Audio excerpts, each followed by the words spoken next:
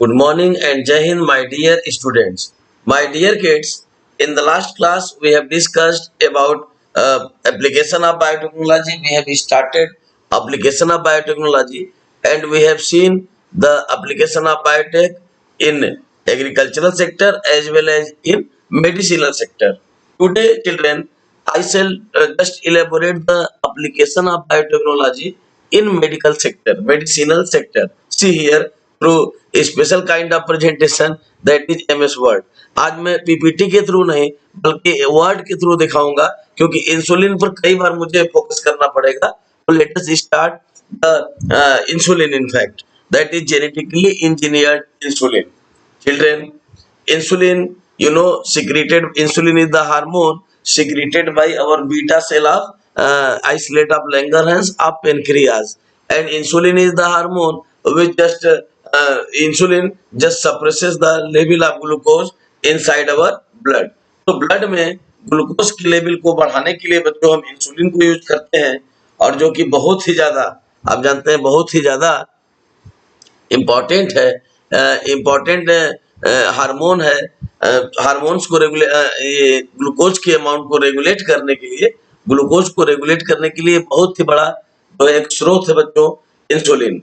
और आप जानते हैं इंसुलिन के डिस्कवरी के लिए बेलिस और स्टर्लिंग को अमेरिकन कंपनी एली लिली के साइंटिस्ट बेलिस और स्टर्लिंग को नोबेल प्राइज से सम्मानित किया गया. यहाँ पर मैं बॉन्ड वगैरह को दिखाना है जिसको मैं प्लस करके इलेबोरेट कर सकूंगा. That's why I am using MS Word to elaborate the application of biotech in medicinal sector. Children, I think that you will appreciate this and you will just take the advantage of this extra innovativeness.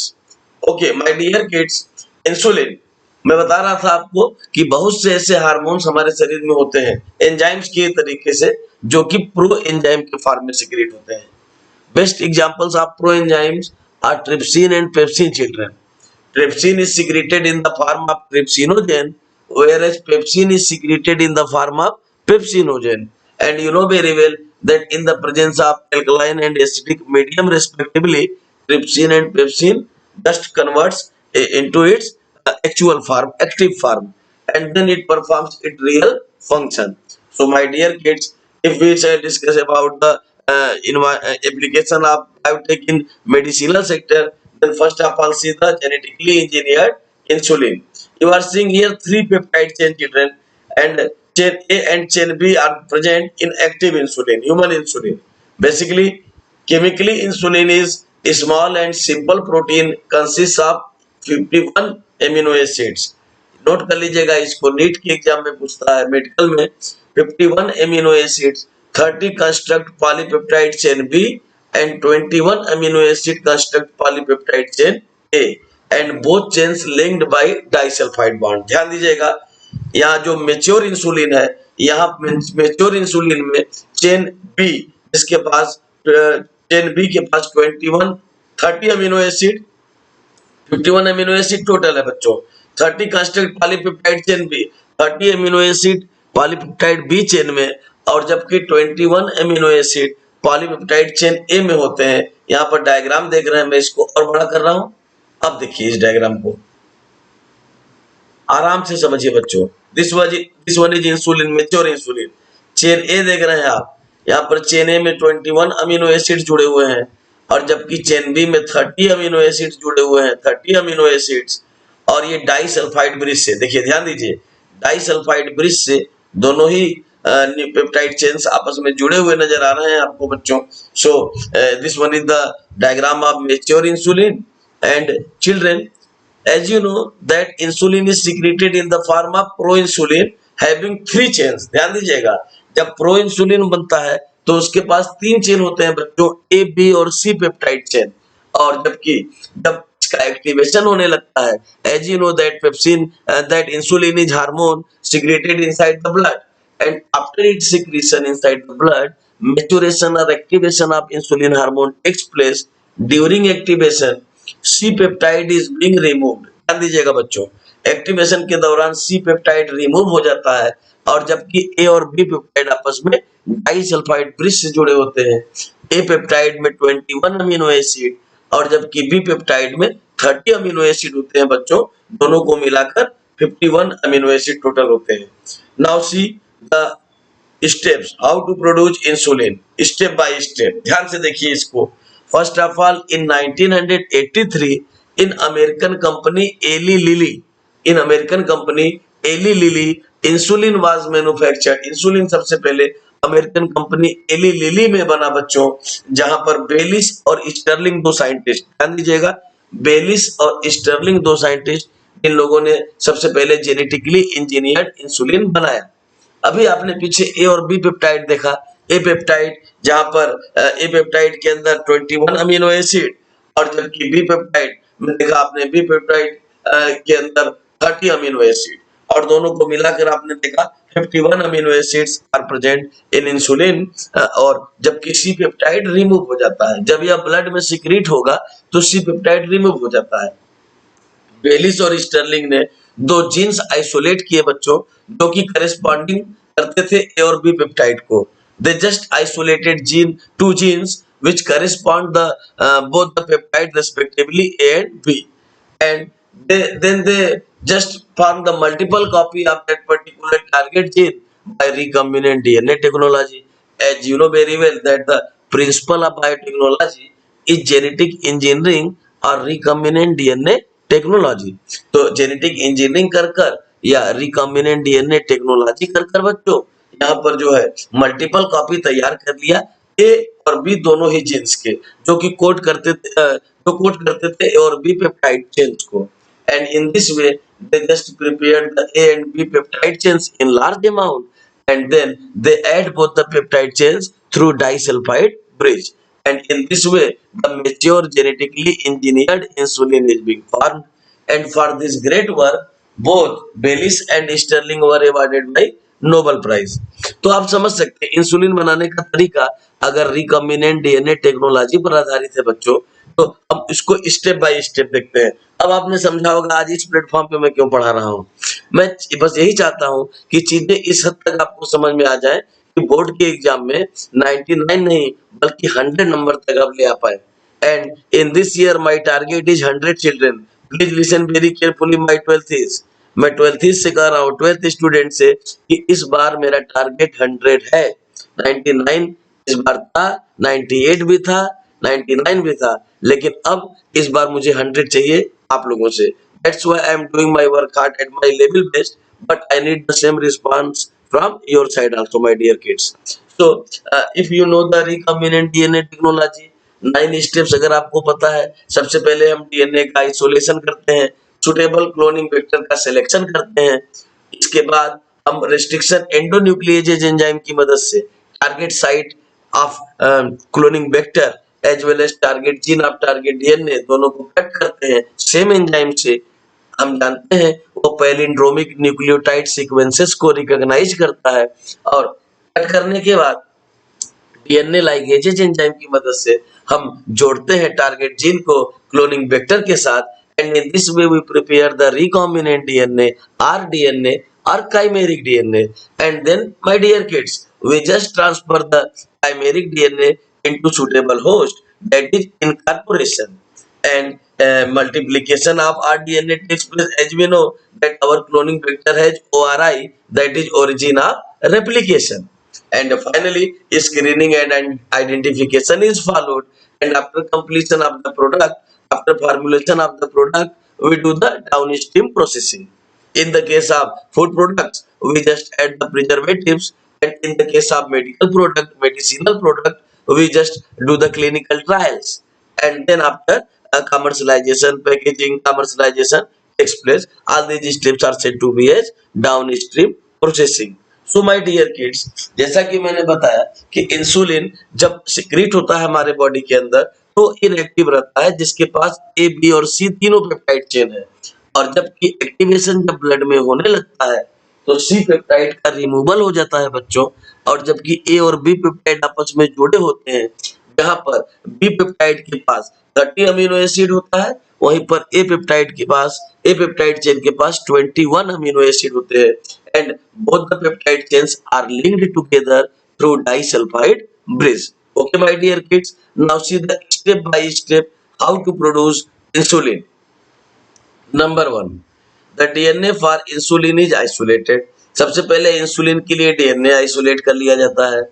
Then a plasmid made of DNA is removed from the bacterial cell. अब bacterial cell specially E coli से एक plasmid ले लिया जाता है। You know that plasmid is extra chromosomal DNA. अब हम जैसा कि आप जानते हैं, पहला step isolation of target DNA, दूसरा step selection of suitable cloning vector. ठीक उसी तरीके से अब थर्ड स्टेप में बच्चों आपको याद होगा, हम रेस्ट्रिक्शन एंडोन्यूक्लिएजेज एंजाइम की मदद से प्लास्मिड के भी टारगेट साइट को और टारगेट डीएनए से भी टारगेट जीन को हम आइसोलेट करते हैं या कट करते हैं। That's why restriction endonucleases enzyme is well known as scissor of biotechnology. इसीलिए इसको बायोटेक्नोलॉजी का सीजर कहा जाता है बच्चों, रेस्ट्रिक्शन एंडोन्यूक्लिएजेज एंजाइम को, जो प्लास्मिड को कट करता है, cut the plasmid DNA open living sticky ends, blunt ends को कट कर देता है। आप जानते हैं ब्लंट एंड्स को ये यहाँ पे भी कट करेगा, टारगेट डीएनए में भी, और same at the time of vector DNA. तो टारगेट डीएनए और वेक्टर डीएनए दोनों में ही स्टिकी एंड्स केवल छूटे रह जाते हैं, जो आपस में डीएनए लाइगेजेज एंजाइम की मदद से हम ज्वाइन करते हैं। See the number 4 step, the insulin gene with complementary sticky end is added. अब जो हमारा टारगेट जीन है इंसुलिन वाला, ए और बी पेप्टाइड को करेस्पॉन्ड करने वाला, उस इंसुलिन जीन को हम यहाँ कंप्लीमेंट्री स्टिकी एंड के साथ ऐड कर देते हैं। In this way we just form the recombinant DNA, and that's why my dear kids this technology is said to be as recombinant DNA technology. Now see here, DNA ligases की मदद से हमने जोड़ा था, DNA ligases enzyme joins together the plasmid DNA and insulin DNA, and in this way chimeric DNA is formed. Now the chimeric DNA, modified DNA or recombinant DNA is inserted back into the bacterium. इसको suitable host में दोबारा से डाला जाता है। Bacterium host cell divides. आप जानते हैं bacteria reproduce asexually by means of binary fission. तो बैक्टीरिया चूंकि एसेक्सुअल रिप्रोडक्शन करता है बाइनरी फिजन के थ्रू, यहाँ पर बैक्टीरिया के अंदर बाइनरी फिजन होता है और इसके फलस्वरूप यहाँ मल्टीप्लिकेशन हमारे प्लास्मिड का भी हो जाता है। Because the plasmid containing ORI children, that is origin of replication. Okay, and the bacterium makes human insulin using the gene in the plasmid, and the insulin is extracted from the bacterial culture. और फिर bacterial culture से आपको पता ही है screening और identification करने का तरीका, और हम फाइनली जो न्यूली मैन्युफैक्चर्ड इंसुलिन है उसको हम बैक्टीरियल सेल से ट्रांसफर कर लेते हैं बच्चों। तो मेरे प्यारे बच्चों, यहाँ पर आप देख रहे हैं कि किस तरीके से हम जेनेटिकली इंजीनियर्ड इंसुलिन तैयार कर रहे हैं। आप चाहे तो एक बार पूरे स्टेप को एक साथ देख सकते हैं बच्चों। ये 9 स्टेप है। बायोटेक्नोलॉजी में भी मैंने आपको 9 स्टेप लिखवाया था, रिकॉम्बिनेंट डीएनए टेक्नोलॉजी में। तो please see these 9 steps.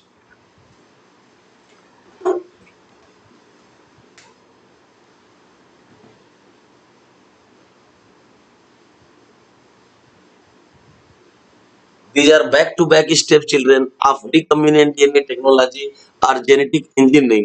The genetic engineering या recombinant DNA technology के 9 steps देख रहे हैं। ठीक यही 9 steps याद करिए, हम लोगों ने देखा भी था recombinant DNA टेक्नोलॉजी के डायग्राम में, जहाँ पर हम सबसे पहले टारगेट डीएनए को आइसोलेट कर लेते थे। वहाँ एक मेथड मैंने बताया था आपको, जेल इलेक्ट्रोफोरेसिस, अगरो जेल को यूज करते थे। ओके बच्चों, देन सेकेंड स्टेप में हम लोगों ने देखा selection of suitable cloning vector. यहाँ लिखा हुआ है a plasmid made of DNA is removed from the bacterial cell. एक प्लास्मिड को हम बैक्टीरियल सेल से रिमूव करेंगे जिसके पास टारगेट साइट होगा, रिकॉग्निशन साइट जिसको बोलते हैं, साथ ही साथ ORI होगा, that is origin of replication. इसके अलावा सेलेक्टेबल मार्कर भी होगा जिसके थ्रू हम स्क्रीनिंग और आइडेंटिफिकेशन का काम करते हैं बच्चों। तो यहाँ देख रहे हैं मेरे प्यारे बच्चों किस तरीके से इंसुलिन, जेनेटिकली इंजीनियर्ड इंसुलिन तैयार किया गया। आगे बढ़ते हैं मेडिकल सेक्टर में हम लोग पढ़ रहे हैं इस समय, ध्यान दीजिएगा, क्योंकि मेडिकल सेक्टर में हम लोग बायोटेक्नोलॉजी का यूज पढ़ रहे हैं, इसलिए यह बहुत ही ज्यादा इंपॉर्टेंट है। और 9 स्टेप्स इंसुलिन को बनाने का जो आपने देखा जेनेटिकली इंजीनियर्ड इंसुलिन का, वह सेम टू सेम एकदम रिकॉम्बिनेंट डीएनए टेक्नोलॉजी के 9 स्टेप्स पर ही आधारित रहा। ये डायग्राम देखिए बच्चों, यहाँ पर मैं आपको एक्टिवेशन दिखाने की कोशिश कर रहा हूँ और मैं इनलार्ज करके आपको एक्टिवेशन दिखा रहा हूँ। See here children, this one is the maturation और एक्टिवेशन ऑफ इंसुलिन। इंसुलिन का हम एक्टिवेशन या मेचुरेशन देख रहे हैं। ध्यान दीजिएगा बच्चों, यहाँ पर जब पहले इंसुलिन सीक्रेट होता है हमारे बॉडी में, ब्लड के अंदर, तो वह प्रो इंसुलिन के फॉर्म में होता है। Pro insulin, pre pro insulin जब रहेगा तो उसके पास एक सिग्नल यहाँ पेप्टाइड्स के ए, बी और सी साथ में रहेंगे, जबकि यह प्रो इंसुलिन के रूप में ब्लड में सीक्रेट हो जाएगा। ए, सी और बी तीन पेप्टाइड चेन इसके पास है। जब यह ब्लड में आया, as you know that hormones are the chemical messenger secreted by endocrine glands, तो एंडोक्राइन ग्लैंड्स के थ्रू सीक्रेट हुआ यहाँ पर आइसोलेट ऑफ लैंगरहैंस के through, actually beta cell of isolate of Langerhans के थ्रू यहाँ प्रो इंसुलिन सीक्रेट हुआ और ब्लड में इसका मैच्योरेशन होता है बच्चों। C peptide is being removed and in this way insulin is form having A and B chain and both the chains are joint together through disulphide bridge. Bayliss और Starling ने यही किया, उन्होंने दो अलग अलग जीन आइसोलेट किए, target genes, उनके थ्रू इन्होंने ए और बी पेप्टाइड चेन बना लिया और फाइनली ए और बी पेप्टाइड चेन को डाइसल्फाइड ब्रिज से जोड़कर जेनेटिकली इंजीनियर्ड इंसुलिन बनाया बच्चों। मेडिकल सेक्टर में ही बायोटेक का दूसरा एप्लीकेशन अगर हम देखें तो that is gene therapy. Now see my dear kids, the gene therapy. Okay, gene therapy basically the correction of genetic defect. Gene therapy का मतलब ही होता है कि कोई जेनेटिक डिफेक्ट हो उसको करेक्ट कर दिया जाए, कोई डिलीशन हो गया हो उसको ऐड कर दिया जाए, तो जेनेटिक डिफेक्ट का करेक्शन ही कहलाता है जीन थेरेपी बच्चों। Gene therapy is the correction of genetic defect. Okay, my dear kids, first of all, gene therapy was done of a 4 years old girl and having a special kind of disorder that is ADA deficiency. एक 4 साल की बच्ची का gene therapy सबसे पहली बार किया गया बच्चों, और उस बच्ची को बीमारी जो थी उसका नाम था ADA deficiency. ADA full form adenosine deaminase.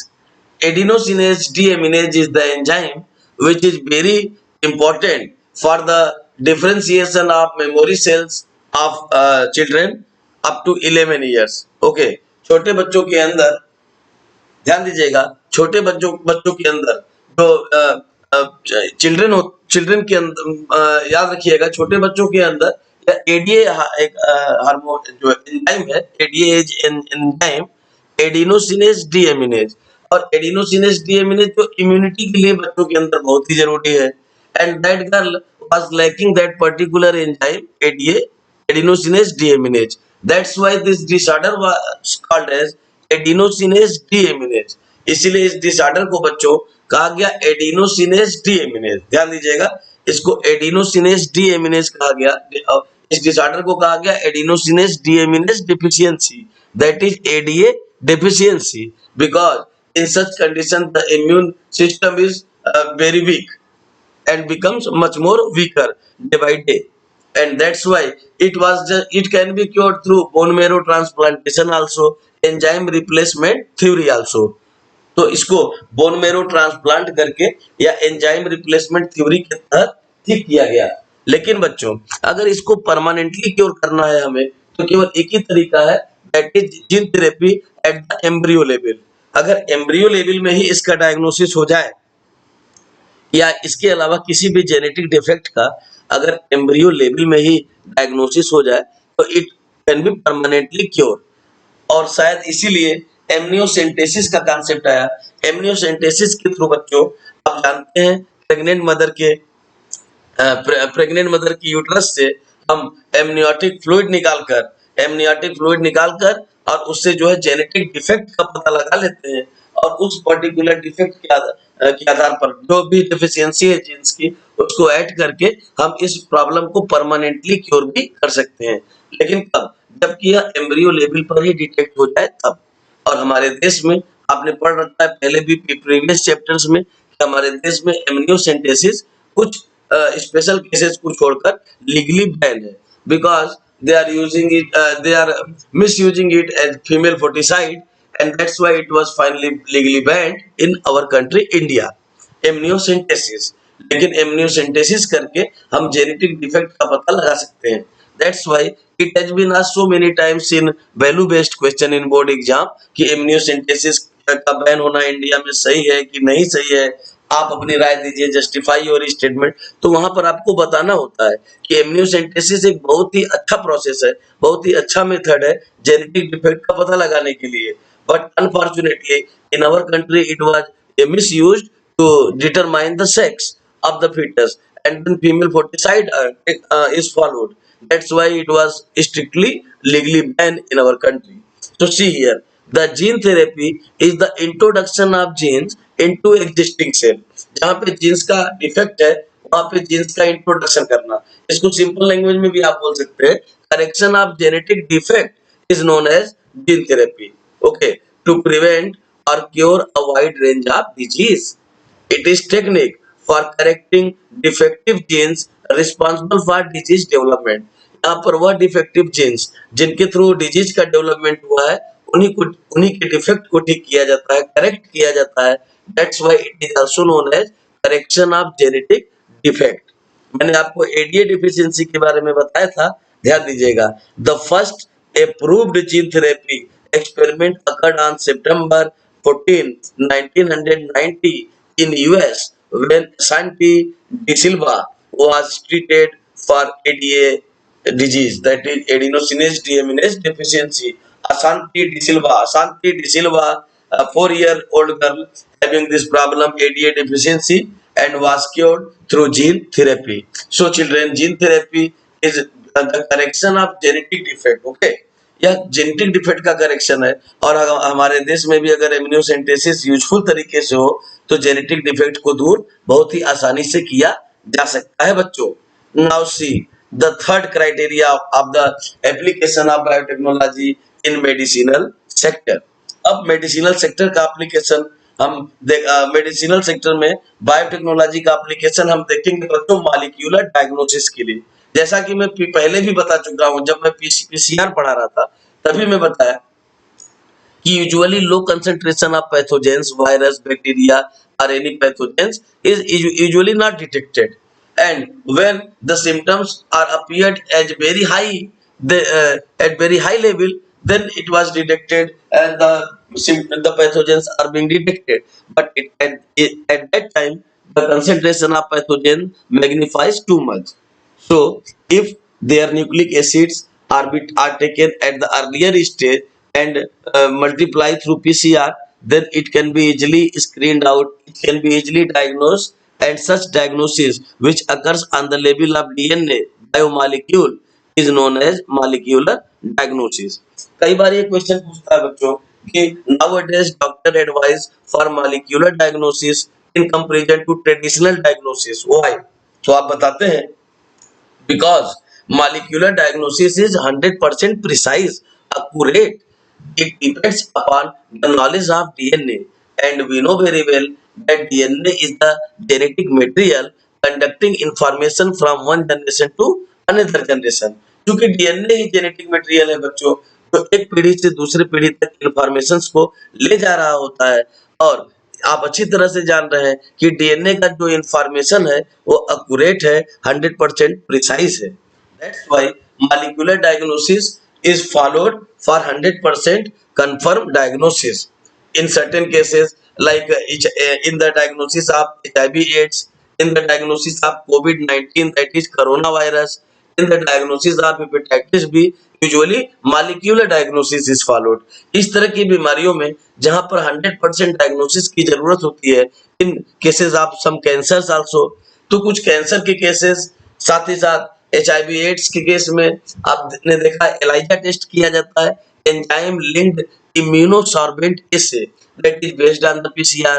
इस पीसीआर ही उसका आधार है, जहां पर हम पर्टिकुलर डीएनए रीजन को पहले डीनेचर्ड करते हैं, फिर प्राइमर्स को जोड़कर मिक्सिंग एनीलिंग करते हैं, एंड फाइनली एक्सटेंशन के थ्रू हम बिलियंस कॉपी बना लेते हैं किसी पर्टिकुलर बायोमॉलिक्यूल का, न्यूक्लिक एसिड का, और इसके बाद हम आसानी से स्क्रीनिंग करके डायग्नोसिस कर पाते हैं पर्टिकुलर डिसऑर्डर का। That's why this diagnosis technique is well known as molecular diagnosis. Okay, see here children, the use of DNA, RNA and proteins to test for specific state of health और disease.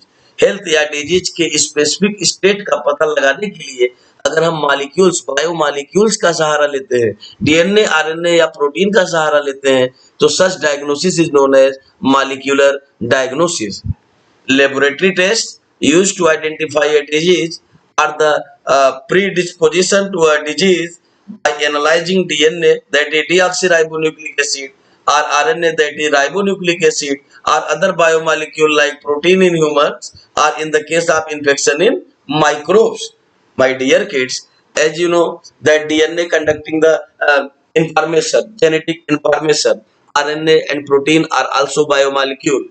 And in the case of HIV virus, coronavirus, you know very well that they are retrovirus having single-stranded RNA as the genetic material, and they have very special enzyme known as reverse transcriptase. उनके पास एक बहुत special enzyme है बच्चों, जिसका नाम है reverse transcriptase. और reverse transcriptase enzyme की मदद से वह अपने आरएनए को, सिंगल स्ट्रैंडेड आरएनए को डीएनए में तब्दील कर लेते हैं, जो कि एनिमल न्यूक्लियाई के अंदर रेप्लिकेशन करके मल्टीपल कॉपी बना लेते हैं। And in this way several copies of HIV virus और corona viruses are being formed which infect the surrounding tissue, जो फर्दर सराउंडिंग टिश्यू को इन्फेक्ट करना शुरू कर देते हैं। अगर इन पैथोजेंस के न्यूक्लिक एसिड को आइसोलेट करके अर्लियर स्टेज में ही मॉलिक्यूलर डायग्नोसिस कर लिया जाए तो it could be permanently cure also. हम इसे परमानेंटली क्योर भी कर सकते हैं बच्चों, मॉलिक्यूलर डायग्नोसिस करके। बायोटेक का ही अगर एप्लीकेशन हम मेडिकल साइंस में बात करें, मेडिकल सेक्टर में बात करें, तो एक और एप्लीकेशन आप बताते हैं ट्रांसजेनिक एनिमल्स के लिए। ट्रांसजेनिक एनिमल्स नाम से ही पता चल रहा है, the animal that have manipulated an extra piece of DNA. जिस एनिमल के पास एक एक्स्ट्रा पीस ऑफ डीएनए डाला गया है, that is transgenic animals. Transgenic mice, transgenic monkeys, transgenic rabbits, transgenic pigs, transgenic sheep have been manufactured, transgenic cow have been manufactured, but the most important transgenic animal is mice. And you should know that more than 95% of transgenic animals are mice. और आपको यह भी पता होना चाहिए बच्चों कि polio के लिए जब वैक्सीन बना, 2 बूंद जिंदगी की, तो पोलियो के वैक्सीन का भी टेस्ट जो हुआ वह ट्रांसजेनिक माइस के ऊपर ही हुआ। So please remember this thing कि transgenic animals, specially transgenic mice, are being used for vaccine safety testing, for chemical safety testing, okay, for the knowledge of physiology and disorder। Transgenic animals को कई कारणों से बनाया जाता है। Clinical trials के लिए बनाया जाता है, जब भी हम कोई वैक्सीन वगैरह बनाते हैं उनके क्लिनिकल ट्रायल्स के लिए बनाया जाता है। फर्स्ट ट्रांसजेनिक काऊ वाज रोजी, एक काऊ बनाया गया रोजी, जो कि ट्रांसजेनिक काऊ है। एक्स्ट्रा पीस ऑफ डीएनए उसके पास ह्यूमन डीएनए है, वो काऊ है रोजी, लेकिन रोजी काऊ के पास एक ह्यूमन डीएनए भी, एक्स्ट्रा पीस ऑफ डीएनए भी है, जो अल्फा लैक्ट एल्बुमिन प्रोटीन के लिए जिम्मेदार है। और रोजी काऊ का जो मिल्क है उसमें 2.4 ग्राम पर litre alpha lactalbumin protein भी है, that is present in the mother's milk of human being. Please listen very carefully. Transgenic cow Rosie जो बनाया गया उसके पास मैनिपुलेट करके एक ह्यूमन डीएनए डाला गया, जो कि कोड करता है एक स्पेशल प्रोटीन के लिए अल्फा लैक्ट एल्बुमिन। और उस जीन की वजह से अब वो काऊ नॉर्मल काऊ नहीं रह गई, बल्कि the cow becomes transgenic cow having an extra piece of DNA which code for special protein that is alpha lactalbumin. Alpha lactalbumin protein के लिए which is present mainly in human milk, mother's milk, and that alpha lacto albumin is 2.4 gram per liter present in the milk of Roji cow or such transgenic cow having an extra piece of manipulated DNA. So my dear kids, in today's class we have seen the application of biotechnology in medicinal sector. We have seen about genetically engineered insulin, about gene therapy, molecular diagnosis, and transgenic animals. In the next class, we shall discuss about application of biotechnology in other sectors. Thank you very much.